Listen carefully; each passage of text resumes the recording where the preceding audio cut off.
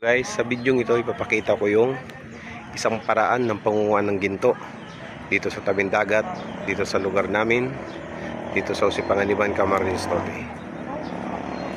So matagal na itong paraan na ito ng pangunguha nila ng ginto dito sa tabing dagat. So ayan na guys, napagpag niya na yung mga nasalang buhangin. Ayan, yun yung tila na yan, yung winawaswas niya na yan. Yan kumakapit yung gold, yung mga butil, yung maliliit na mga gold. So isa yan sa paraan dito ng hanap buhay dito sa Usipanganiban, Camarines Norte. Winawaswas niya yung yung tila. Yung tila na yan nakalapat yan doon sa nakalapat doon sa may tabla na yan. Then sasalubin nila yung lupa, buhangin niya sa ilalim ng dagat, papalahin nila, then bubuhusan ng tubig.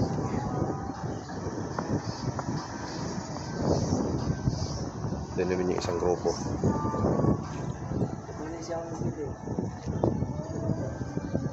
So nagliligpit na sila, tanghali na.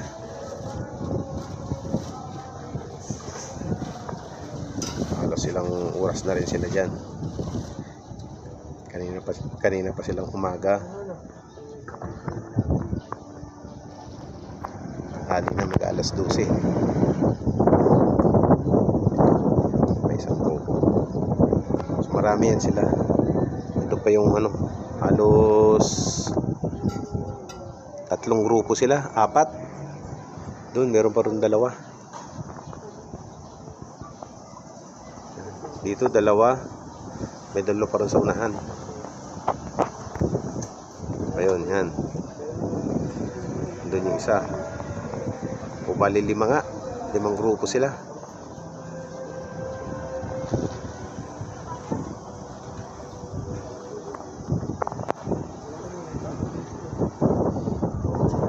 Anak buhay na yan dito.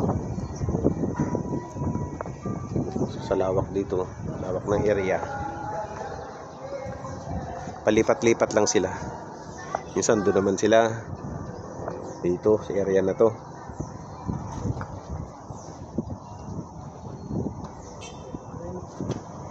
Sisipag niya nila sa matsatsaga. So may iipon nila yan halos 1 week. Isang linggo sila magaganyan, tapos yung may iipon nila, yung mga butil ng gold, tutunawin na nila, ihiwalayin nila yon. Ihiwalayin nila yung mga sa mga maliliit na buhangin o maliliit na bakal, ihiwalayin nila, gumagamit sila ng asugi, tapos susunugin nila. May magiging makukuha na nila yung gold. Ayan, ganyan lang yun sila. So parang lilipat lang sila. Lilipat na naman yan.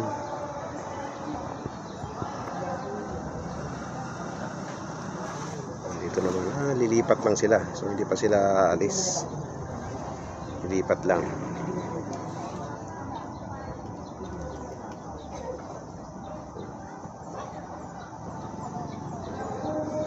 Ibig sabihin, abutin pa sila dyan ng maghapon, hanggang mamayang hapon.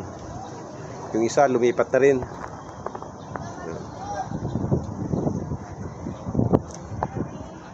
So, ganyan lang. Yan lang yung mga maliliit na hanap buhay dito ng paggiginto. Yung iba sa mga bundok na sila, gilid ng bundok sa may area ng Paracali. Sa mga malalaki ang na yun, mga mayayaman na mga pinanser nun. Ito mga lang yan, mga small time lang ng paghahanap buhay. Mga butil-butil lang nakukuha nila. Pero pag sa mga doon na sila sa mga gilid ng bundok sa may parting Paracali, iba na ron. Kilo-kilong ginto na ang nakukuha nila ron. So mga na yan, mga malalaking pinanser na yun. Marami ng tao, gumagamit na sila doon ng mga makina.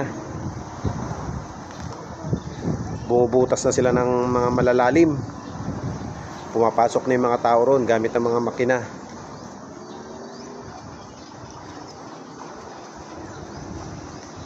Ito yung lugar dito sa amin, medyo maganda na lugar kung saan ako lumaki.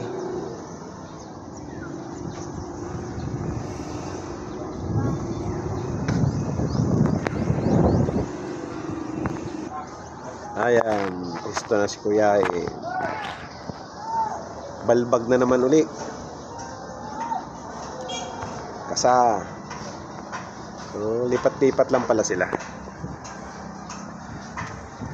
Daming grupo nila. So minsan anak nila ang kasama nila dyan, saka minsan asawa nila, mga babae ang pumapala. So nagagawa lang naman nila yan pag medyo low tide. Kasi pag naman malaki ang tubig, so hirap sila. Ganda ng speedboat. Panahon na naman ng mga darating na naman yung mga bisita, mga turista, mga galing iba-ibang lugar.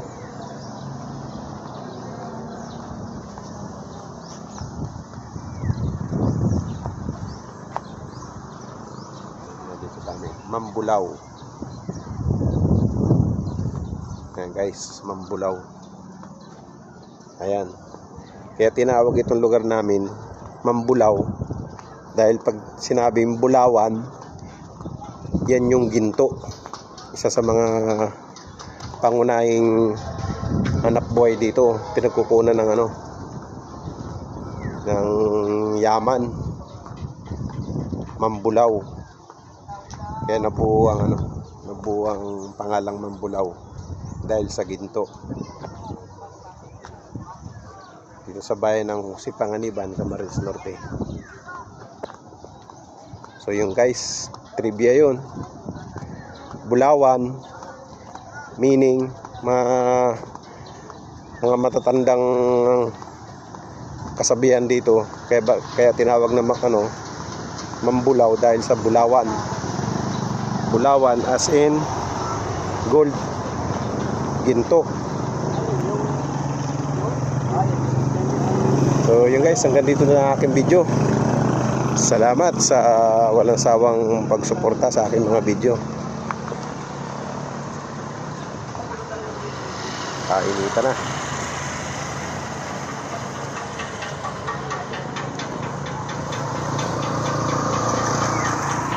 Bye-bye.